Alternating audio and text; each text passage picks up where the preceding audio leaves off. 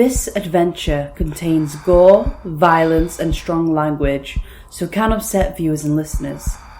Enjoy.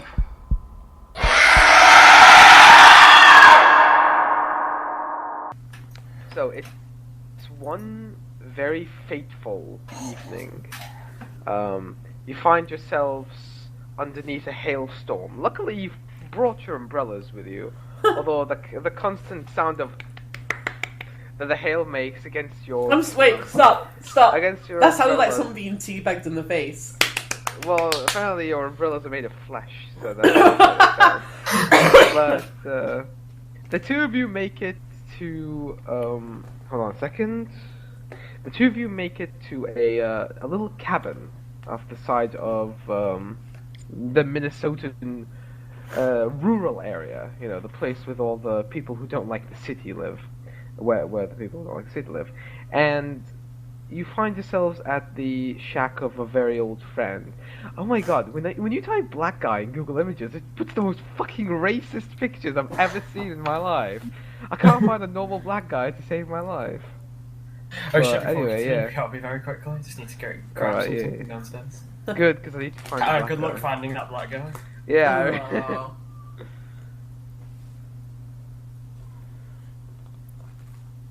Oh my god, perfect black guy. I found the perfect one. I'm just gonna name the file black guy. There we go, perfect.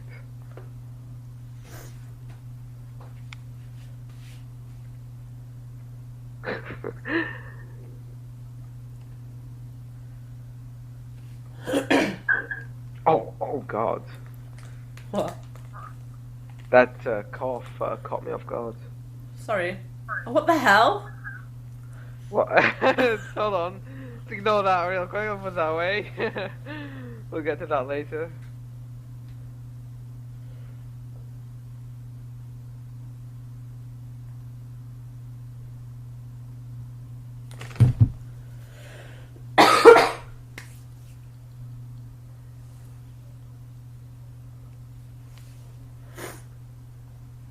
Why is his nipple hard? I don't know. Why He's a method actor. Maybe he wanted, I don't know, to like get into character by rubbing his nipples. You know? Thank you. Yeah. Jesus. Ew. Hey, yo, mate. Alright, so, you enter the shack and you're immediately greeted by your friend. This is Tony, alright? Hold on a second. Tony? Oh shit, you need to put your hand on. God damn it, hold on a second. I like Tony's hair. Tony's I also amazing. like how Tony... we practically have the same glasses. Listen, Tony has been your friend for like 4 years now. You've known him since high school, and he's always been quite the adventurous type. You see, when he was young, he used to have these he used to basically make up these stories about alien abductions and monsters in his backyard and whatnot, and he's grown up to be a bit of a conspiracy theorist and slightly a bit paranoid. You've still grown to love him. On his side is Tina. Tina is actually the leader of the drama club in your university, but she also shares a sort of love for mystique and wonder. However, she can be a bit bitchy at times, as you may have known if you've ever met her at university, and she's incredibly popular and beloved by almost everyone. Just don't get on her bad side. Now, as you enter, Tony says, "Hey guys, thanks for showing up.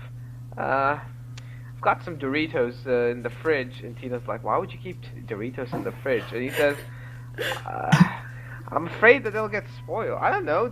Listen, just get the snacks from the fridge, Hey, listen and to me. You I'll wouldn't get my understand. documents there." They taste better. Yeah, I'll get my documents out, and I'll tell you about what I wanted you for. And he goes into like his cabinet, and starts like retrieving a bunch of files and papers and whatnot. Tina walks up to you and says, seen you around in the uni. Who are you? Who's this? It's Tina. Yeah, is she speaking to me? Yes. Alright, I'm just like, well, I'm not all that popular, honestly. Media studies isn't that much of a big subject over there.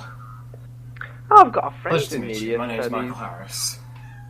She goes to shake your hand and she says, yeah, I've got a friend in media, actually. Says he doesn't like it there very much. He did it because he didn't want to do science. Go figure. Well, that's fair enough.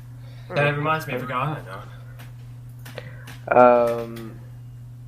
Suddenly, Tony turns around. He looks at Tom and he says, Tom, how are you wearing a shirt like that in the middle of a hailstorm? Isn't it a bit cold? Isn't it a bit chilly? A little bit, but you know, sexiness comes at a cost. Tina looks at you and says, "You can say that again." And Tony says, yeah. Well, anyway, sit down, have a seat. I'll show you all the information I've collected over the past few weeks. Do you have like alcohol here? All right. The fucking delay. Hold on a second. There's yes, I delay. need to tell you. If I ever interrupt you, it's because of the delay. Okay, pineapple. Pineapple. There's not much of a delay at all. Yeah, I know, but it's like when she says something and then pauses for a quick second for me to interrupt it, but you start talking again by the time it comes through. Alrighty, well, yeah, so all of you take a seat, and Tony's like, well, you see, back in 1964, there was this, I'm not quite sure what it is. It's some sort of government building. It could have been a military base. It could have been a warehouse. I'm not sure. But 4 years later, it was mysteriously abandoned. 1 year later, they came back and fenced it off. 1 year after that, there was a huge murder spree in the vicinity. Now, I don't know about you, but I'm sensing a very mysterious pattern about this place. Sounds like the government's hiding something that they don't want us to know. Well, is that good enough reason to go snooping around there? I mean, honestly, Tony, you're gonna get us killed. I'm sure of it. Well, it's not the only reason. See, I've got reports from 1974, I've got reports from 1988, I've got reports from all over the place talking about strange sightings and strange sounds. And just between you and me, I've got this picture, although I'm not sure if it's photoshopped or not. And he shows you a picture that looks like some sort of black figure darting through a dark forest. Its eyes are easy to see, but the rest of its body seems... Wait, is it basically just like a mysterious. black figure with white big eyes? It's the Yeti, looks clearly.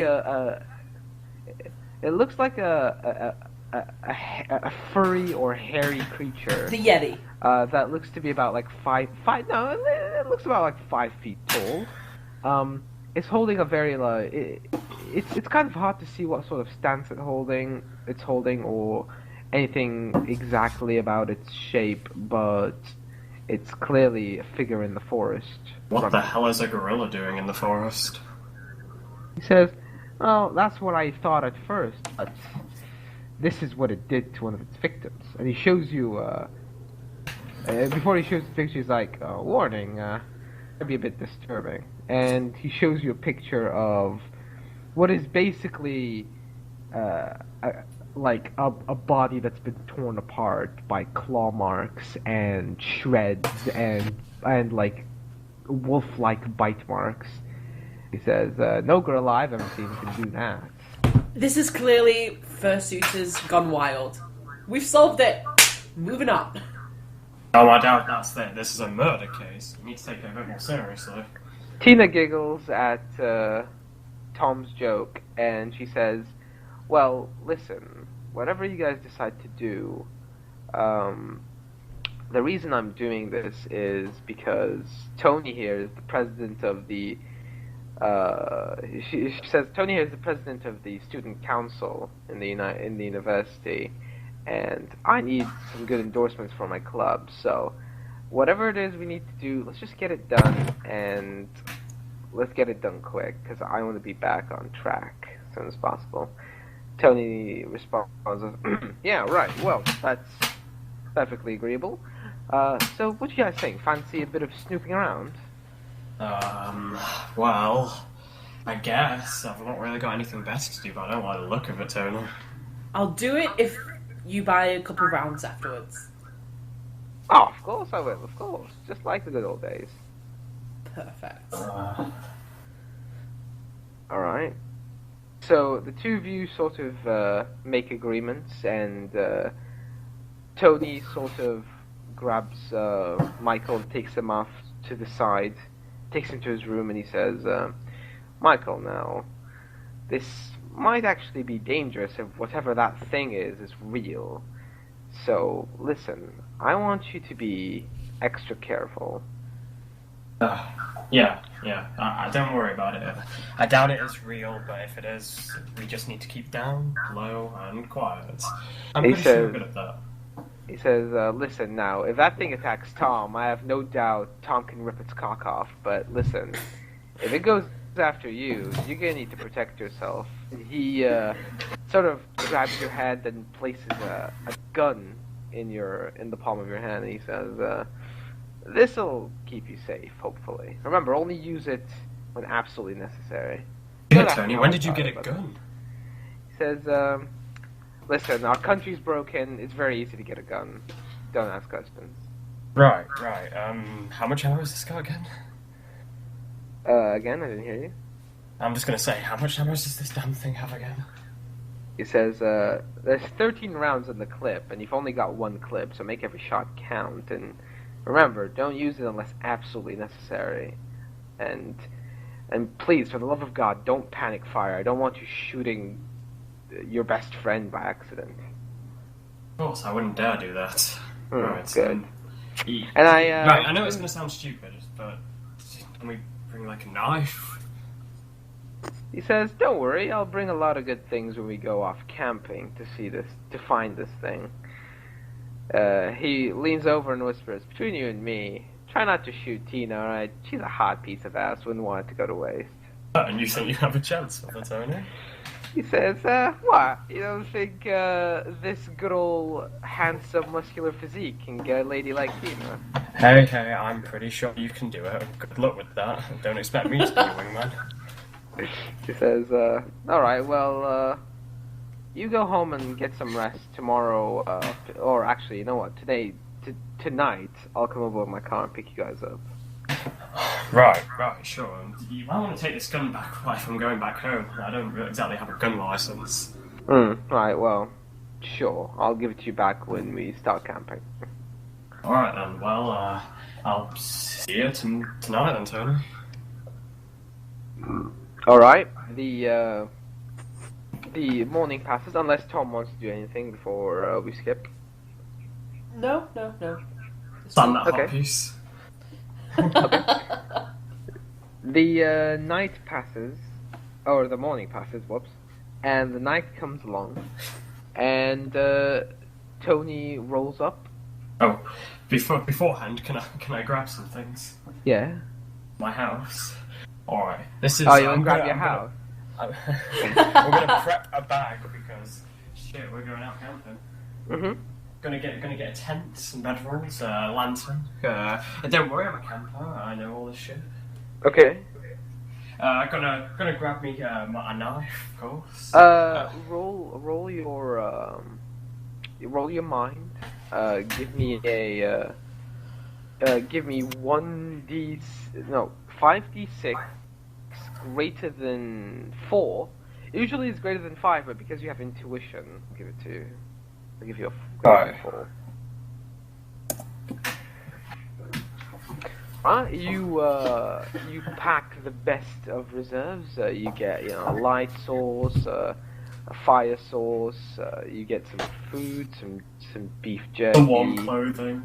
some warm clothing, exactly. And You basically, yeah, exactly. You've got everything at hand. In So a is it big kind duffel of just like if I say, oh, can I pull out a lighter, I'll just have it on me? Yeah, as long as it's something reasonable. Yeah. I pull out my nuke launcher. Packed in my camping bag. Can I like bring like It was in- torches and like extra like Yeah. clothes and shit? Yeah, you And give me a alcohol. mind. Yeah, you give me a mind roll as well, but yours is difficulty 5. Help if I actually was in the actual typing bit. Wait, do we have to do? Do you want us to put F1 in, or No, that doesn't matter. we botch? Alright, Noah, Tom forgets everything but the booze. He's just like, "Nah, I don't need all this shit. I just need a good bottle of whiskey to keep me warm." No, well, good thing I brought everything for him. Yeah. And It's that's alright, why we're friends. Tom can naturally resist the cold weather quite easily because With my he- nipples of justice. Exactly. That's why his nipples are hard. He's always in a cold environment. The cold never bothered me Does he ever anyway. change that bloody top? I have a whole wardrobe full of them one tops. Oh god, it's just So- different colours. Yeah. You've got a rainbow of that. There's a salmon pink as well, just in the back, because a man knows his mask. How the fuck did he get into uni? With his nipples of justice. Exactly. Well, he was star quarterback, so they gave him a scholarship. Yep. And he took media, great. Well, he doesn't really know what he wants to do, so he just kind of follows people. Because He's a he knows sheeple, it'll be kind easy of. for me- He knows it'll be easy for me to do his coursework. Exactly. Nice. So we'll always have something to fall back on. Alright, boys, so, hold on a second. Alright, Tony rolls up to your house. Michael, he's already got Tom in the back seat, and of course, Tina in the, Alright. in the front seat. I'm just next to gonna him. walk out. Oh, with she all has to my sit in the fucking front seat. equipment, like fucking bags and bags of clothes. Like I've got my coat on, my raincoat, some fucking walking boots, everything. And I'm gonna walk out, just like, oh hey guys. We're not moving out. What is this rubbish? Hey, I've got to come prepared. I doubt you brought anything. I brought booze, which is Exactly important. my point. I'm gonna get in the car, just upload everything into the back, climb in. Alright. You load up the car, you get in the back. Tony's laughing at your little entourage that you've brought. And, Fucking junkie. Tina is checking herself out in a little like makeup mirror. She's like applying fucking dust on her cheeks or whatever the fuck they do. I'm I'm gonna- Hey, you first. Tina Tina pays you no attention, but she's probably playing hard to get. You saw her checking you out earlier. I'm just gonna say, putting the ashes of the dead on your face doesn't usually make you look any younger. I'm gonna look at him like, what? Roll fade. I'm just gonna be pulling that fucking back. I will poke your eye out with my nipple of justice, my friend. Take it back. A bad joke. That is a literal Kappa face in real life. Remember, it's difficulty 5 because yeah. Nope. Oh fuck! Wow. She turns around and gives you that look that she's doing in her image, like, I'm just my smile's just gonna drop and say, tough audience. Turn back around. Well, Tina will remember that, don't worry. Tony will remember it. You'll be laughing. He's pulling that face on photo as well. He's trying not to laugh. He's just trying not to laugh. He's fucking found it hilarious. Alright, well, you guys drive up to Minnesota National Park, and from there you take an interesting turn, and your car seems to drive into an abandoned hillside station of sorts. And the car pulls over, and Tony says, alright, this is where we'll be spending the next few days, documenting everything we see. Make yourself comfortable, and We should probably sure get. as hell will. Yeah, we should probably get ourselves some light sources, some I water. got Let's all just that. set up. Don't worry about it. All right. Well, everybody pitch in. Let's try to set things I'm up gonna here. set up all the camps, put all the lamps around the area to make like a footway so we can see where we're going. Dig a hole. Why are you digging a hole? This isn't like a trench or whatever it is. It's called. Well, Michael, you'd probably be better off asking Tom to dig. Asking Tom to dig the hole for you. He'd probably do it in seconds. Alright, I'm just gonna fucking throw in the trowel. Yeah. All right. So you guys basically build a bit of a base. It's very secure. Tina doesn't do anything to help you guys, by the way. She's just sort of like, I don't know what she's doing. She's just like in a tent, like writing in her journal or whatever. Alright, I'm actually just gonna kind of peek my head through and be like, the more help you do, the more food you get. Tina's chewing bubble gum, and she just sort of like does the talk to the hand sort of gesture. Okay. I'm gonna push Oh shit. Michael out of the way and just be like, let's go, keep moving. All right. I'm gonna go to Tony then to ask for that fucking gun again. Whoa! All right then. No. What the fuck? Just turn around, open the fucking tent, just blow a brains out. Fucking turns out Max is the real villain of the story. Holy shit. Oh god. Alright. Well, yeah, Michael... Hold on. Yeah, so you go to Tony, he gives you the gun again, and he says, hey Michael, you remember that thing about Tom?